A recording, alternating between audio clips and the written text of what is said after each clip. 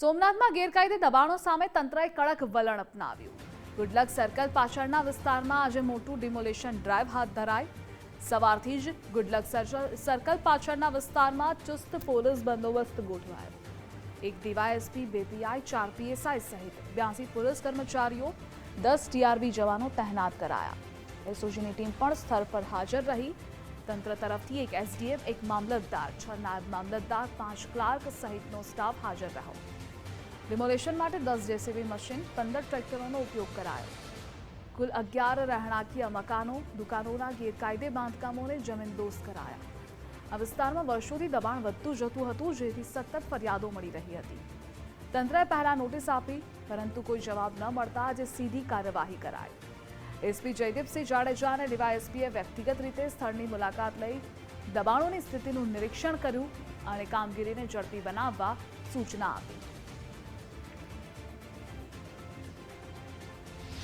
ગીર સોમનાથ જિલ્લામાં આજે વહેલી સવારથી જે સોમનાથ સંઘ સર્કલ નજીક જે રંગીલા રસ છે તેમની પાછળના વિસ્તારમાં 11 થી વધુ જે કાચા પાકા મકાનો છે તે તેમની ઉપર તંત્રનું બુલડોઝર ફરી વળ્યું છે.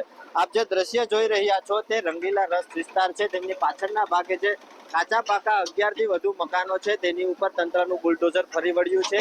વહેલી સવારથી જ ચુસ્ત પોલીસ બંદોબસ્ત વચ્ચે આ વિસ્તારની અંદર ડિમોલેશન હાથ ધરવામાં આવ્યું છે. વાત કરવામાં આવે પોલીસ સ્ટાફની તો એક ડીવાયએસપી, 4 પીઆઈ, 4 પીએસઆઈ, 80 થી વધુ પોલીસ કર્મી, એલસીબી, એસઓજી સહિતના પોલીસ સ્ટાફ સાથે ચુસ્ત બંદોબસ્ત વચ્ચે આ વિસ્તારની અંદર ડિમોલેશન હાથ ધરવામાં આવ્યું છે. સાથે વહીવટી તંત્રની વાત કરવામાં આવે તો એસડીએમ, મામલેદાર, નાયબ મામલેદાર સહિતનો રેવન્યુ સ્ટાફ પણ જોડાયો છે. વહેલી સવારથી જ આ વિસ્તારના તમામ ઇન અને એક્ઝિટના જે રસ્તાઓ છે તેને બેરિકેડ રાખી અને પબ્લિક માટે આવાજાવી બંધ કરવામાં આવી છે. તંત્ર દ્વારા આ વિસ્તારની અંદર જે ડિમોલેશન હાથ ધરવામાં આવ્યું છે તેની અંદર 5 થી વધારે જેસીબી, 15 થી વધારે ટ્રેક્ટરો જોડાયા છે. ચેતન અપરનાથી ગુજરાત ફર્સ્ટ, ગીર સોમનાથ.